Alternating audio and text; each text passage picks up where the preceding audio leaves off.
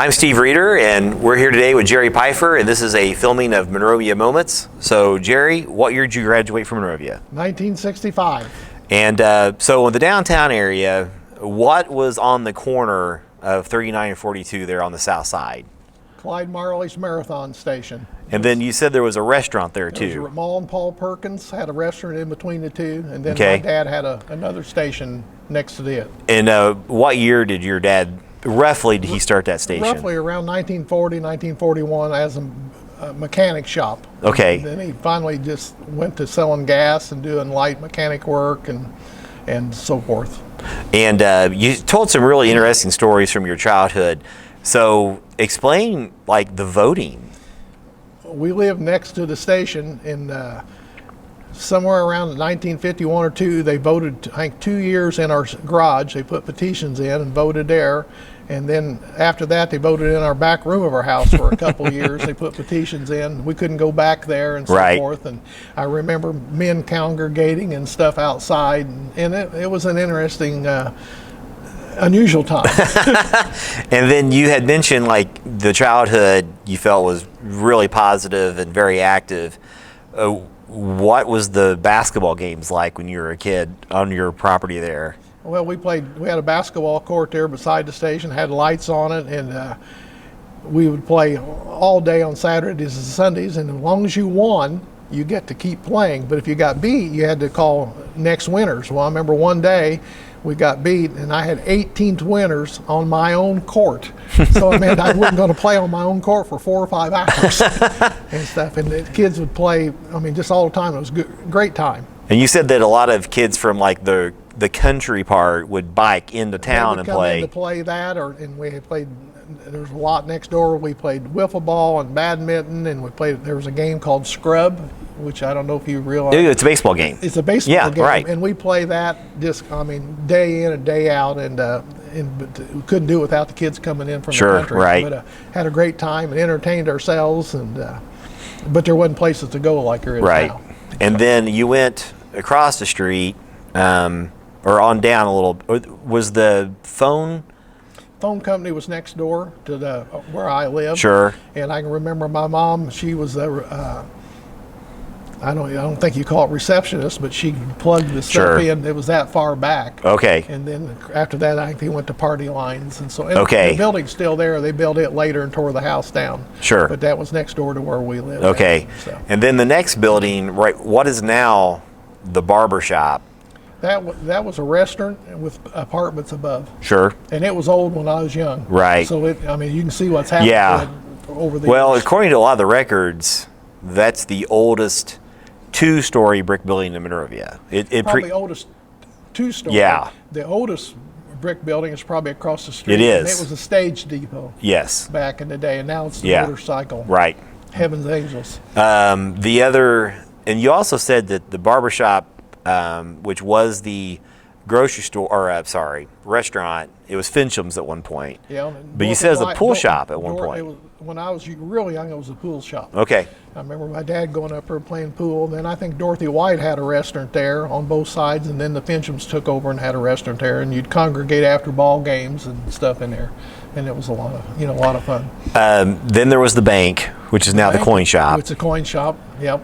And then next, the vacant lot was Russell Turley's appliance store, and he sold TVs and washers and dryers and radios and so forth there. And this is the one thing that you've commented about, and other people, you could get everything you needed downtown Monrovia.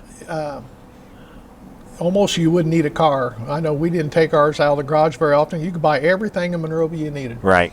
I mean, they didn't have a hospital or anything, but you had grocery stores, appliance stores. You could buy your clothing. You could buy your trucks. I mean, if you wanted a lawnmower, I mean, you could get everything in Monrovia you needed. And when Turley's went out, Shorts came in for a short period of time there. But then they tore the building down. Right. And you had asked me a question earlier. I don't think, I can't remember them going across the street Right. to where Peach Bray had Right. his hardware store.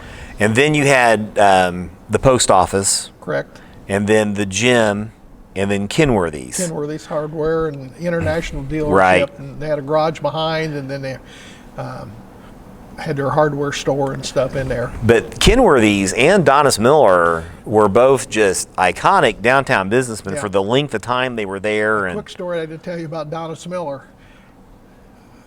Your bicycle would break, or Sure. you'd go in there and he'd weld it, and his old saying is, "You don't owe me anything this time, and I'm going to charge you double next time." I'm thinking, that's a pretty good deal. Yeah. You know what? Well, Ed Ullman said that Donis got him out of trouble a couple of times fixing things before anybody knew about it. He would pound plowshares and stuff out, which they don't do anymore. Sure. You know, they just replace them and so forth. Another story, I can always think a bunch of them. Donis Miller, I bought a 36 Chevy when I got out of high school, and I was trying to put it back together, and it needed a bracket. And I traveled 2 or 3 days all around Indiana trying to find this bracket for a 36 Chevy, and I went up there, and he goes, "Where you been? I haven't seen you for a couple of days." And I said, "Well, I've been trying to find this bracket." And he goes, "What do you want a bracket for?" And I told him, and he goes, "Well, come with me." Went back there and had a new one in the box. Oh. 2 boxes from home, you know. And I thought, why didn't I just ask him? You also said that what did Donis Miller do for your dad's truck? Well, Dad bought a new truck, International, and he had the tanker bed transferred from the old truck to that truck, and he did all that. Okay. That's why you could get everything in town you needed to have done. Now, the one real big discussion has been you had the Methodist Church, which is, of course, no longer there. But then there's the building, which is now Duke and Dixie's. That originally was the bank, and Don Ambrose has it as Bateman's Restaurant. But when you were a kid, what was it? Nelson Stater had I guess an accounting service or a tax service. And Yes. that's what the earliest thing I can remember being. And then at one point, wasn't it maybe real estate? Gibbons Real? G.R. Brown. Okay, I okay. think he was in there before Nelson. Okay, And that would be Linda and Joanne Brown's grandpa. okay. And then the Gentry's became, was it Dowden's when you were a kid? What was that It was restaurant? McCracken's Okay. grocery store, and then Dowden's took it over. And then Meyring's later on. Yes. Okay. Yes. And yes. then, and so that was another part of like everything you needed was downtown because Sure. of that. You had 2 grocery stores. Right. And then you had Peach Bray on the corner. Right. And then, now this is really hard. What's now Doghouse was a restaurant when you were a kid? It was a restaurant, and then Pauline McLeod had her grocery store there and a dry goods store there. So there was a grocery store and a dry goods place there. Yeah. Now, what was the name of the restaurant that was there? Do you remember? Couldn't tell you. Okay. And then the one thing you had talked about also was like the Hubbard Mill, and you have some of the pieces. So what did you have from there from when they tore it down? Well, I was part of the piping, and it's all made out of wood, and some of the gears and stuff from the loft up there where they, transferred grain Sure. and stuff. And I will All right. get somebody younger than me to climb up and get it, but I will give you all that stuff And there. the one thing that you've really contributed is I'd only seen this one time, but you had told me about it. It was the dam. So where was the dam The dam at? was behind Hubbard's mill, and they dammed it up to get the water to Sure. turn the stuff at the mill. And But the all dam's those gone gears- now, right? Yeah, and all those gears were, it was really something that I wish people could have seen it Sure. in video, filmed it. Right. Because it was really unique. Sure. Now, the other thing you had talked about was the rodeo, and that's just an iconic event in Monrovia. Yeah, I was very young, but it was a big event out west on the old Shotter's place.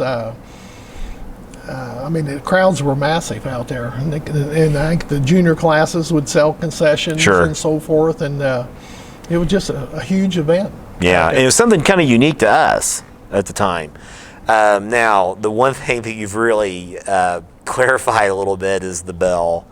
So on the old building, the bell They rolled the bell off the roof, and of course it fell and it broke the big pulley. Sure. And so forth. And where it first went, I'm not really sure. I think one time it actually went back and was inside the building, and they took it out of the building. And I think Jeff Pheifer borrowed the keys from his dad to get in the building.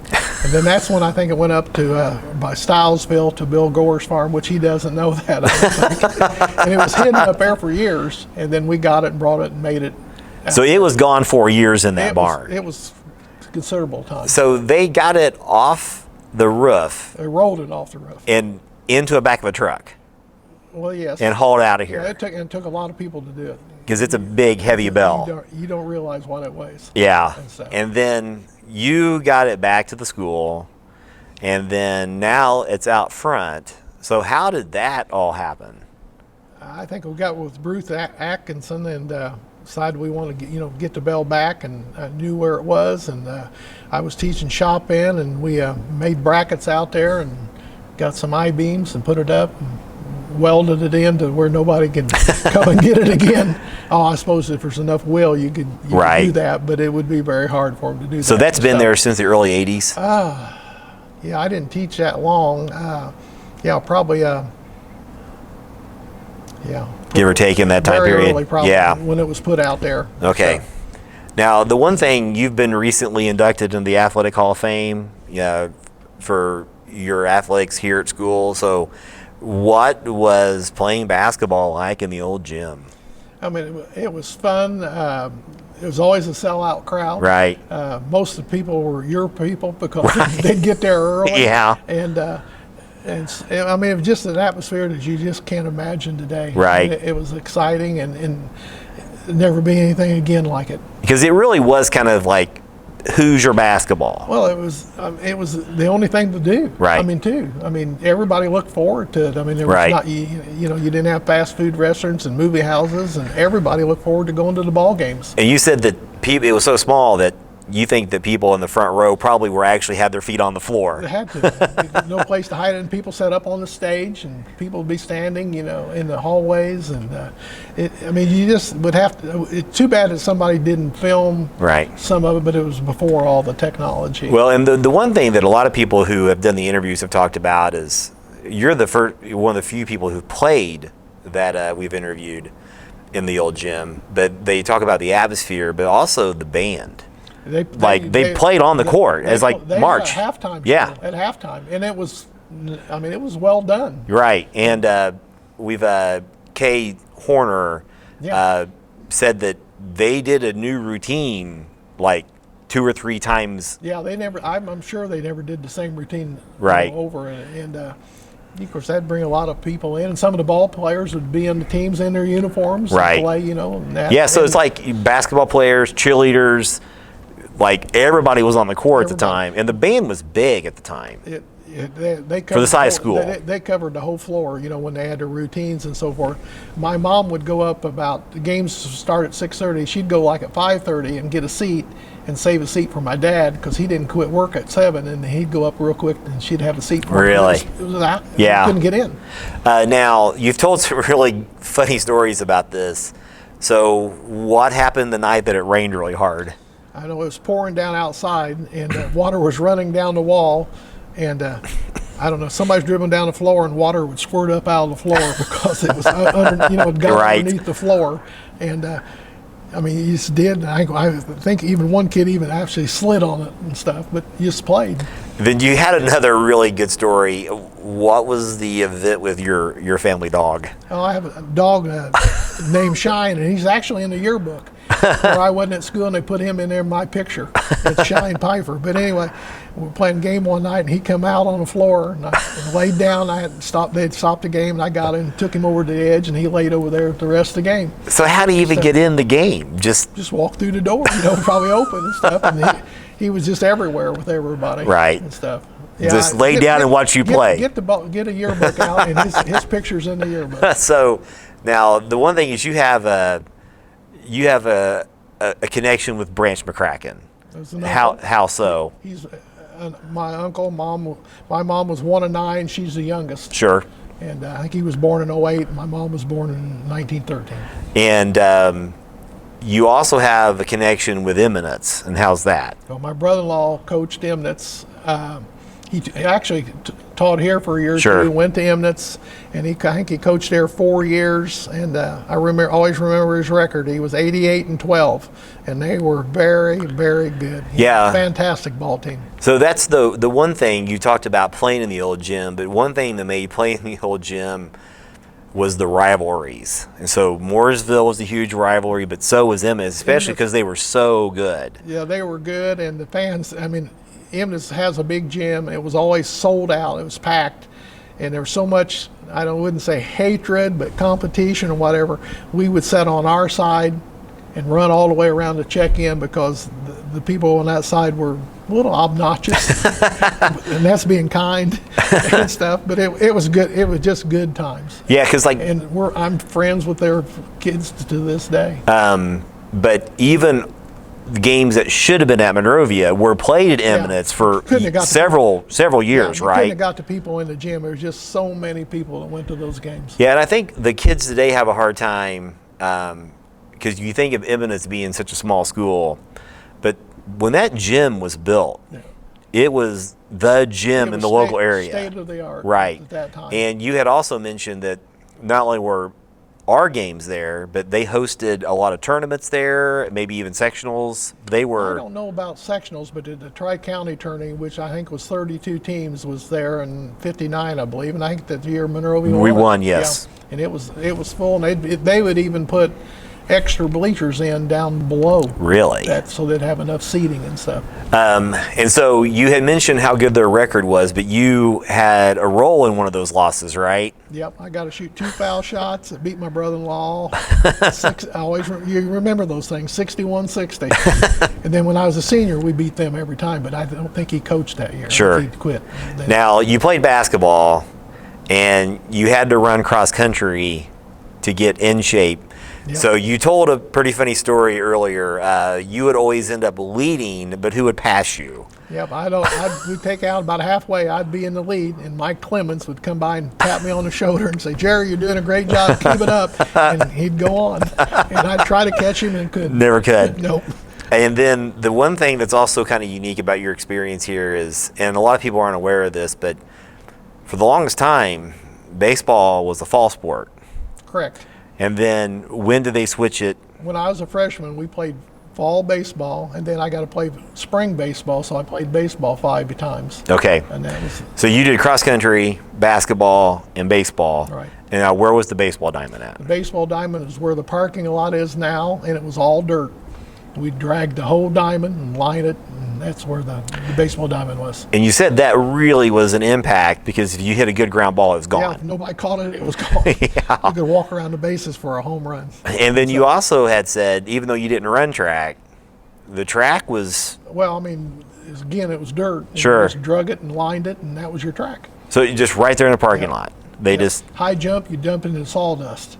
None of these fancy pads. So there wasn't mats. Oh, no. So they just had sawdust that you... Okay. Yeah, it's kind of hard landing. The other thing here is after high school, you went in the Army. And where did you do basic training at? At Fort Knox, Kentucky. And you had told a really great story about that. Like, what was your basic training experience like? I thought it was fun because there was 10 people from Morgan County. Some people I even went to high school with, and it was just an enjoyable time. Right. Everybody talks how hard it was. It was a good time. And then you ended up in Germany. Yes. And the one thing that you had talked about in Germany was the playing sports. Yeah, so what happened there? Army or military is big on sports, and each company has teams, and I was fortunate enough to play basketball and volleyball, and we won our battalion, and we traveled 6 weeks one time around Germany just playing different teams and stuff. And, no duty, just eat wherever you want and play ball, and that's pretty good time. And you had said that you were going to have to play, 3 games? 3 games in and one what day. happened there?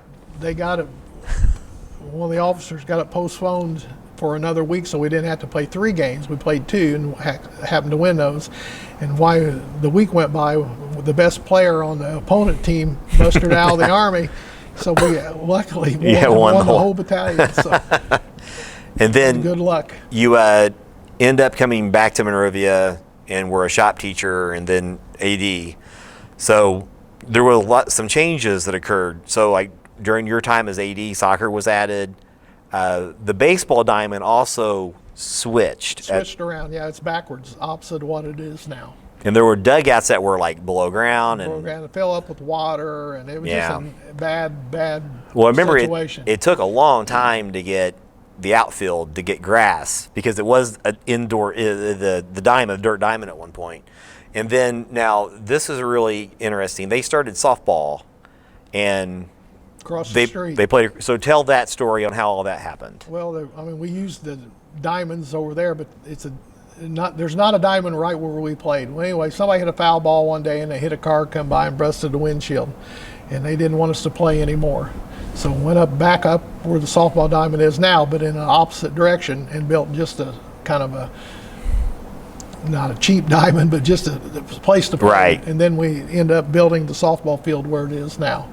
But you did a lot of that work yourself, right? I poured the concrete on the dugouts and laid it all out, and got Coca-Cola to buy the lights and RMC to set the poles, and made a pretty nice diamond. So pretty similar to the way the football field was kind of a lot of a cooperative thing on that. The other thing is, and this will be our last kind of question here, you have just told some really, really funny stories and how things are different, like from when you were here and now, and like what you would have the kids do.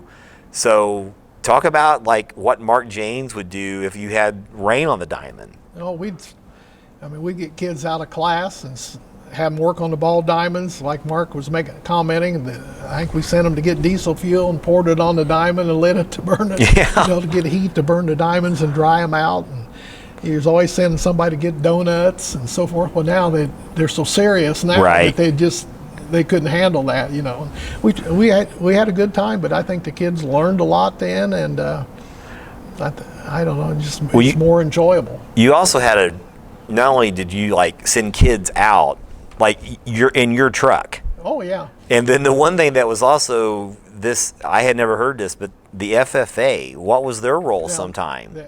They had a big FFA, and Emmett Wagner, Mike Wagner's dad, was head of it, and there'd be a fire or grass fire somewhere or something, and all those kids could get out and get in their trucks and go out and help fight the fires and so forth. Well, they'd sue everybody today on that, but that was part of what FFA did back in and stuff. And then you had taught in the shop class, and you had some interesting stories about some of that.